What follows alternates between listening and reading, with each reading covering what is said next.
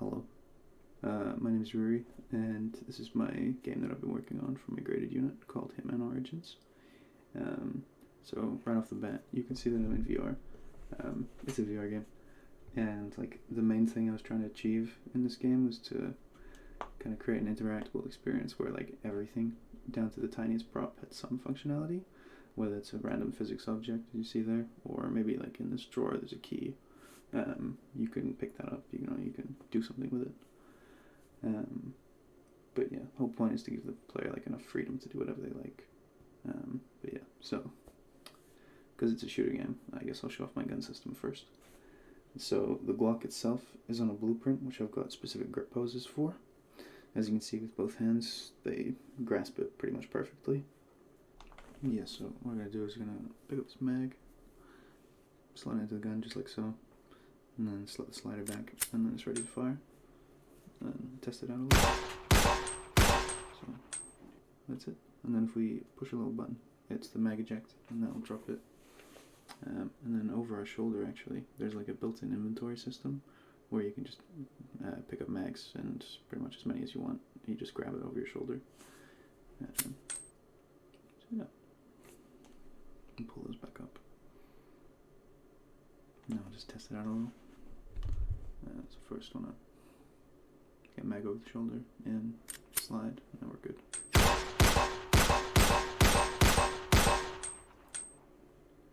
And that's that.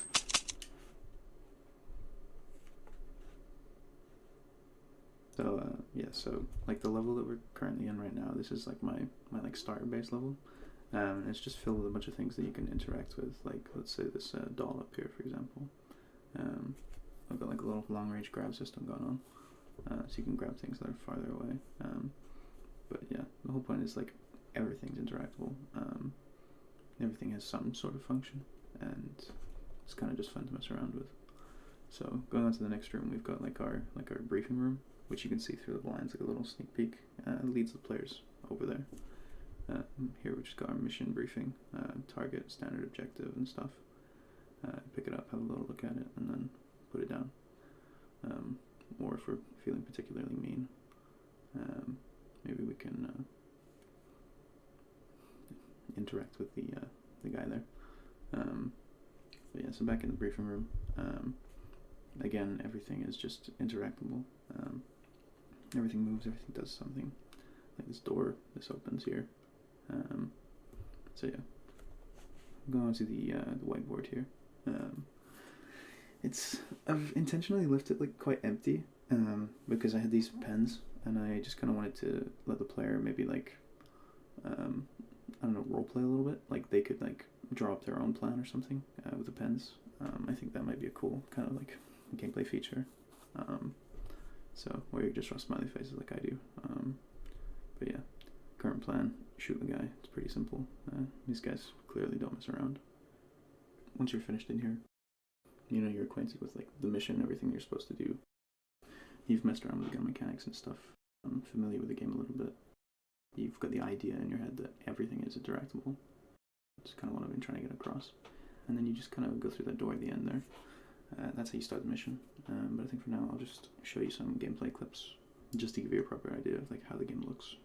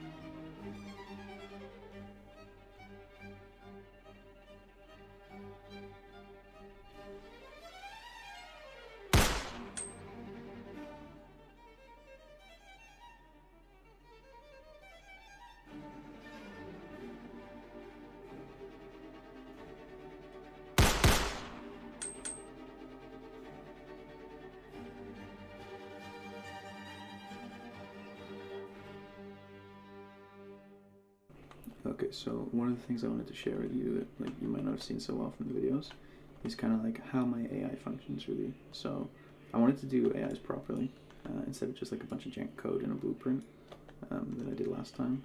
And just because it doesn't really function very well, it's not editable easily, and it definitely won't help me in industry when I'm older. So how I've done it is I've set up a couple of different behavior trees based on like different behaviors I want like each different AI to have. So sometimes they'll be really aggressive, they'll rush you, but more often than not, they don't want to die.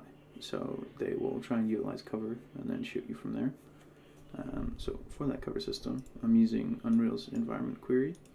So essentially for this, I just use it to find cover, but also to find the player as well. So if we hit play, we'll have a little look. So I turn on the debug that I've got, and we can see that he's generated these 3 spots here.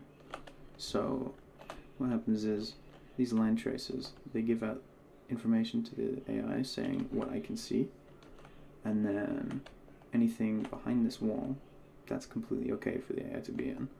So if I move here, he will reposition, and there he goes again. So it will always try and pick the closest safe location for it to go in. And if we go here, he'll go around. And yeah, so that's pretty much it. Environment query. It's very smart.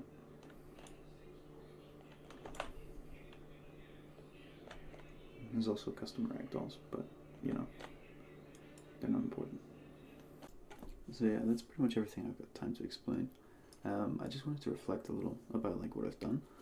So overall, I really enjoyed making this game, but at the start I was having a lot of issues. Like I was having troubles with the headset, and then not to mention just how difficult it was to figure out how to set up like the base VR character and interacting with the world in general. I lost like 4 weeks of it, like 4 weeks of progress to it, and it all seems pretty like insurmountable, to be honest. But I'm glad I managed to do it. I stuck with it. And yeah, just kind of generally glad that I did a VR game in general. Never doing one again, mind you, but like I'd say it was pretty worth it considering like all the experience that I gained from it.